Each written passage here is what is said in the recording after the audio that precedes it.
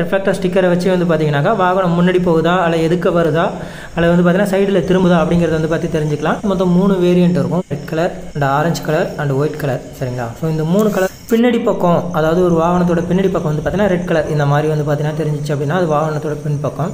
அதே அதனோட பக்கவாட்டு சைடில், சரிங்களா, சைடு பக்கத்தில் வந்து பார்த்தீங்கன்னாக்கா இந்த மாதிரி தெரியும். ஸோ இந்த ஆரஞ்சு கலர் வந்து பார்த்தீங்கன்னாக்கா வாகனம் சைடில் திரும்புறப்பெல்லாம் வந்து பார்த்தீங்கன்னா நமக்கு ரிஃப்ளெக்டர் தெரியும்.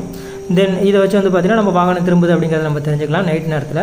தென் ஃபைனலாக வந்து பார்த்தீங்கன்னா ஃப்ரண்ட் சைடு வந்து பார்த்தீங்கன்னா எப்போதுமே வந்து ஒயிட் கலர் நல்ல டியூப்லைட் மாதிரி வந்து பார்த்தீங்கன்னாக்கா நமக்கு வெளிச்சம் தெரியும் நம்மளோட அந்த ரிஃப்ளெக்டர் ஸ்டிக்கர்.